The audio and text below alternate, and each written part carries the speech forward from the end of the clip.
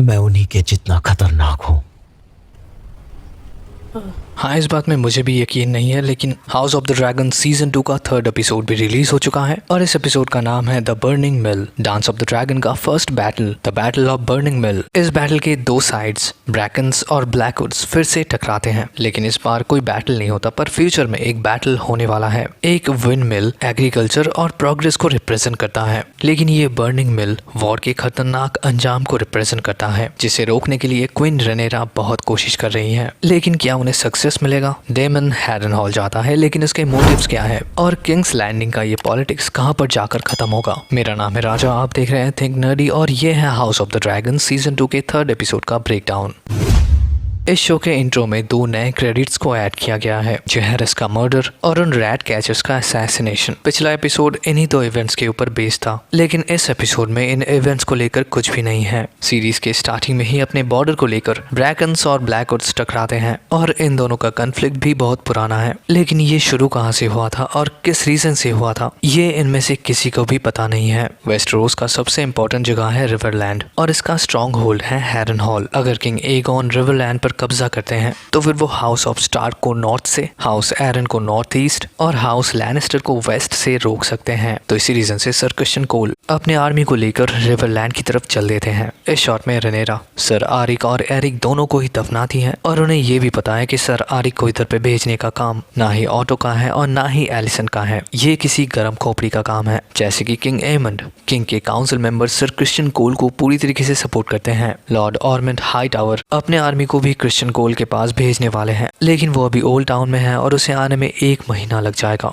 King Aegon भी इस battle में पार्टिसिपेट करना चाहते थे, लेकिन अपने ड्रैगन के साथ, पर काउंसिल मेंबर्स को पता है कि एगोन कमजोर है। अगर वो ड्रैगन लेकर जाएगा तो फिर ब्लैक्स भी ड्रैगन्स को लेकर आएंगे और इसी रीजन से लेडी स्ट्रॉन्ग एक कॉन्स्पिरेसी थ्योरी को सेटअप करते हैं। वो कहते हैं कि अगर किंग बैटल के लिए निकल जाते हैं तो फिर क्वीन एलिसेंट अपने बेटे एमन के साथ इस राजपाट को संभाल लेंगे और तभी कुर्सी का भूखा ये किंग बैटलफील्ड में जाने से मना कर देता है। उसका ये डिसीजन ये प्रूव कर देता है कि वो कितना ज्यादा नालायक है। इस दौरान डेमन अकेला ही हैरनहॉल के ऊपर कब्जा कर लेता है, क्योंकि उसे खुद को क्वीन रेनेरा के सामने प्रूव करना था। फर्स्ट एगोन जब अपने कॉन्क्वेस्ट के टाइम पर अपने ड्रैगन बलेरियन से इस हैरनहॉल को डिस्ट्रॉय करते हैं, तब से लेकर ये अब तक अबैंडन है। हैरनहॉल अपने हेरिटेज को खो चुका है और इधर पर जो भी 2-4 बचे कुचे लोग हैं उन्हें संभालते हैं साइमन स्ट्रॉन्ग। एक टाइम पर ये किंग जेहरस का राजसभा हुआ करता था, पर अभी सब कुछ खाली है। पर इधर पे ये लड़की थोड़ी सी अलग है। जब डेमन इधर पे पहली बार एंट्री लेता है तब सब लोग डर जाते हैं, लेकिन ये लड़की डेमन की इस करेज को नजरअंदाज कर देती है। इसका नाम है एलिस रिवर। उसका सरनेम ये एक्सप्लेन करता है कि वो एक बास्टर्ड है। इस दुनिया में जो लोग नाजायज हैं उनका सरनेम लोकेशन के हिसाब से चुना जाता है,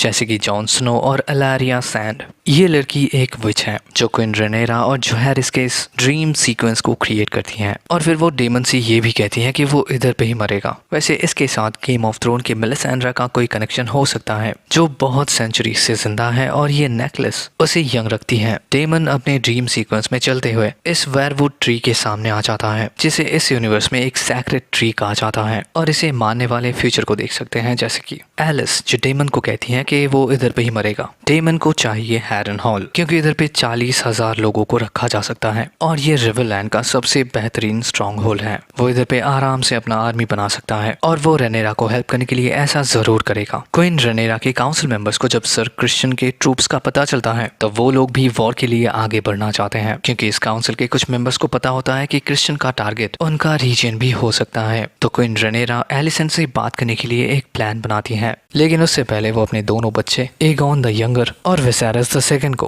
पेंटोस पर भेज देती हैं, जहां पर रहते हैं प्रिंस रेजियो हेराटिस। इस सफर में वो डेमन की बेटी रेना टारकेरियन को भी उनके साथ भेजती हैं, ताकि वो उन दोनों बच्चों को संभाल सके और वो इस वॉर से भी प्रोटेक्टेड रहे। फिर रेनेरा विसेरस की मदद से अपने पर्सनल बॉडीगार्ड सर स्टीफन डार्कलिन को लेकर पहुंचती है किंग्स लैंडिंग। इस वॉर की सिचुएशन में भी वो अपना लाइफ रिस्क लेती हैं ताकि सिर्फ इस वॉर को रोका जाए। और फाइनली जब रेनेरा एलिसेंट के सामने जाती हैं तब एलिसेंट बहुत बहुत ही ज्यादा चौंक जाती हैं। लेकिन ये दोनों मिलते ही दो डिफिकल्ट मैटर्स को सॉल्व कर लेती हैं। पहला, लुसेरिस और जायरस की किलिंग्स में इनमें से किसी का भी हाथ नहीं था, और दूसरा मैटर है कि ये दोनों ही नहीं चाहते हैं कि इस वॉर में मासूमों का खून बहे। लेकिन कुछ चीजों में ये दोनों ही बराबर से डिसएग्री भी करते हैं। एलिसन को लगता है कि एगॉन एक अच्छा किंग है और रेनेरा को लगता है कि वो एकदम नालायक है। उसके हिसाब से आयरन थ्रोन को अगर कोई संभाल सकता है तो फिर वो है क्वीन रेनेरा। पर एलिसन के हिसाब से किंग विसेरिस एमन को किंग बनाना चाहते थे। अपने आखिरी दिनों में विसेरिस बहुत ही ज्यादा बीमार थे और इस टाइम पर एलिसन उन्हें एक मिक्सचर देते हैं, एक टाइप का हर्ब्स जो उनके पेन्स को खत्म कर देता है। लेकिन ऐसे टाइम पर वो अनकॉन्शियस भी हो जाते हैं। जब वो एलिसन से बात करते हैं तब उन्हें लगता है कि ये रेनेरा है। उनके हिसाब से एगॉन द कॉन्करर एक रियल किंग थे। The song of ice and fire prophecy के हिसाब से उनका किंग बनना तय था। अभी एलिसन को लगता है कि वो उनके बच्चे एगॉन के बारे में बात कर रहे हैं। तो जब वो ऐसे हालत में कह रहे थे कि एगॉन प्रोफेसी के हिसाब से इस रेल्म को एकजुट करेगा,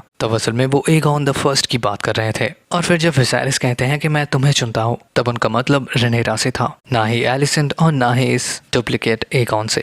रेनेरा इस प्रोफेसी के बारे में नहीं जानती थी, पर जब एलिसेंट कहते हैं कि उसके फादर प्रोफेसी के बारे में बात कर रहे थे, तब रेनेरा को एलिसेंट के मिस्टेक के बारे में पता चलता है। और अगर अब एलिसेंट के फेशियल एक्सप्रेशंस को देखोगे तो फिर उसे भी ये पता चल चुका है कि कहीं ना कहीं गलती हुई है। लेकिन फिर भी वो कहती है कि कुछ गलती नहीं हुआ है, क्योंकि उसे भी ये पता है कि सब कुछ ठीक करना अभी उसके हाथों में नहीं है और अभी बहुत लेट हो चुका है। ऑटो अभी जा चुके हैं, क्रिश्चियन कोल वॉर के लिए आगे बढ़ रहे हैं और एमन को अभी चाहिए बदला। रेनेरा अभी फाइनली ये फाइंड आउट कर लेती हैं कि ये वॉर रोकना उसके हाथों में नहीं है, मतलब ये वॉर जरूर होगा। And that's the video guys. मिलते हैं आपसे अगली वीडियो में। Till then take care and peace out.